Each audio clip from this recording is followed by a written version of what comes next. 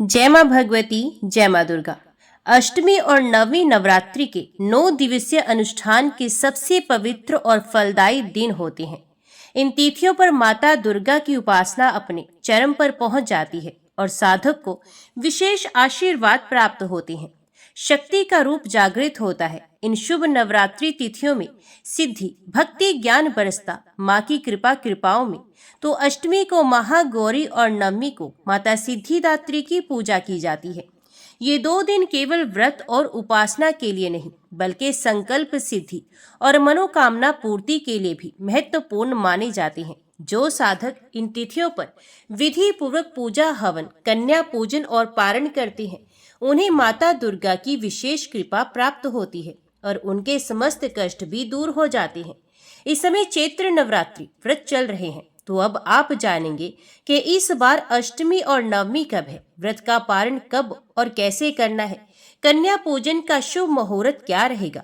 कुछ लोग नवरात्रि के पूरे उपवास रखते हैं, अष्टमी को या फिर नवमी तिथि को कन्या पूजन करते हैं। लेकिन जो लोग किसी कारण से नवरात्रि के पूरे उपवास ना रखकर केवल पहला और आखिरी उपवास रखते हैं, तो ऐसे में जिनके घर में अष्टमी के दिन कन्या पूजन होता है, तो उन्हें सप्तमी का उपवास किस दिन रखना है। जिनके यहाँ पर नवमी तिथि के दिन कन्या पूजन होता हो, उन्हें अष्टमी का उपवास किस दिन रखना है। ये सारी बातें इस वीडियो में आप जान पाएंगे।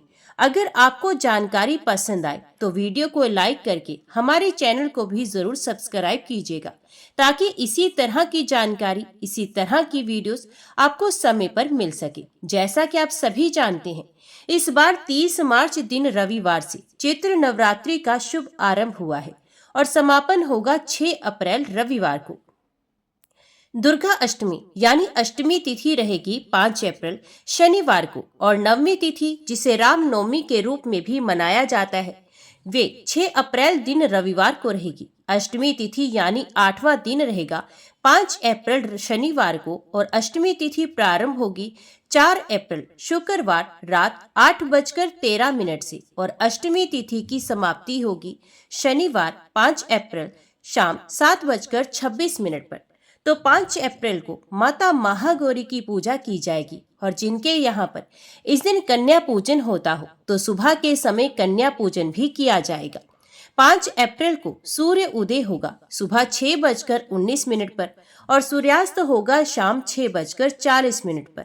इस बार अष्टमी तिथि के दिन बहुत ही शुभ योग बन रहे हैं। पुनर्वसु और पुष्य नक्षत्र का शुभ योग इस दिन बनेगा।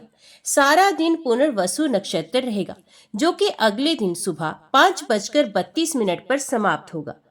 राहु काल का समय रहेगा सुबह 9 बजे से 10:30 बजे तक। अगर हो सके तो आपको कन्या पूजन करते समय राहु काल के समय का त्याग करना चाहिए। अभिजीत मुहूर्त दोपहर 12:04 से 12:54 तक रहेगा। अमृत काल सुबह 3:06 से 4:43 तक होगा और ब्रह्म मुहूर्त सुबह 4:42 से 5:30 तक रहेगा। तो अष्टमी तिथि के दिन कन्या पूजन का सबसे शुभ मुहूर्त सुबह 6:19 से 9 बजे तक रहेगा और उसके बाद 10:32 से दोपहर 12 बजे तक रहेगा। इस बार नवमी तिथि यानी रामनवमी 6 अप्रैल दिन रविवार को है, जिस दिन माता सिद्धिदात्री की पूजा की जाएगी। नवमी तिथि प्रारंभ होगी 5 अप्रैल दिन शनिवार को शाम 7:27 से और समाप्ति होगी 6 अप्रैल रविवार की शाम 7:23 पर। तो नवमी तिथि 6 अप्रैल दिन रविवार को ही मनाई जाएगी और 6 अप्रैल रविवार को सूर्य उदय होगा सुबह 6:18 पर और सूर्यास्त होगा शाम 6:40 पर। और पुष्य नक्षत्र का शुभ योग पूरा दिन रहेगा, जो कि अपने आप में ही अद्भुत मुहूर्त है। बहुत ही शुभ योग है। ब्रह्म मुहूर्त सुबह 4:41 से 5:29 तक रहेगा। अभिजीत मुहूर्त दोपहर 12:04 से 12:54 तक रहेगा और राहु काल शाम 4:30 से 6 बजे तक रहेगा। तो इस दिन कन्या पूजन का शुभ मुहूर्त रहेगा सुबह 6:18 से दोपहर 12 बजे के बीच में। अब अष्टमी और नवमी तिथि में भी बहुत से लोग तो अष्टमी तिथि के दिन कन्या पूजन करके व्रत का पारण कर लेते हैं, तो कुछ लोग नवमी तिथि के दिन कन्या पूजन करके व्रत का पारण कर लेते हैं। यानी अन्न ग्रहण कर लेते हैं, भोजन ग्रहण करते हैं, जो नॉर्मल डेज में आप ग्रहण करते हैं। तो कुछ लोग चाहे अष्टमी के दिन कन्या पूजन किया हो या नवमी के दिन किया हो तो दशमी को ही अन्न ग्रहण करते हैं। तो ये तो आपकी श्रद्धा पर निर्भर करता है कि आप पारण किस दिन करना चाहते हैं। हालांकि दशमी को ही पारण करना ज्यादा शुभ माना जाता है और पारण को आप हमेशा शुभ मुहूर्त में करें, तभी शुभ फल की प्राप्ति होगी। पारण करते समय यानी व्रत खोलते समय ज्यादा मिर्च मसालेदार भोजन करने से बचना चाहिए। सात्विक हल्का फुल्का आहार लेना चाहिए। पारण वाले दिन भी मदिरापान तामसिक भोजन से दूर रहना चाहिए। कन्या पूजन के बिना नवरात्रि पूजन अधूरा रहता है, चाहे आपने व्रत रखे हो या ना रखे हो। अष्टमी या नवमी के दिन कन्या पूजन आप सभी को करना चाहिए। जो भी भोजन आप ग्रहण करें उसे पहले माता दुर्गा को समर्पित करें। एक हिस्सा गौ माता के लिए निकाल कर फिर बाकी को प्रसाद रूप में आप स्वयं ग्रहण करके पारण कर सकते हैं।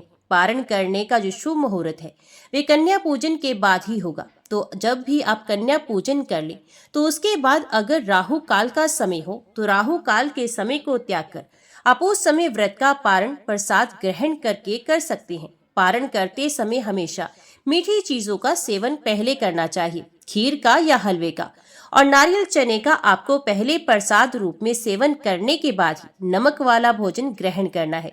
कन्या पूजन के लिए 2, 5, 7, 9 या 11 कन्याओं को आमंत्रित करके उनके पैर धोकर रोली अक्षत पुष्प अर्पित करके उनके हाथों में कलावा बांधकर उन्हें हलवा चना पूरी का प्रसाद अर्पित करें।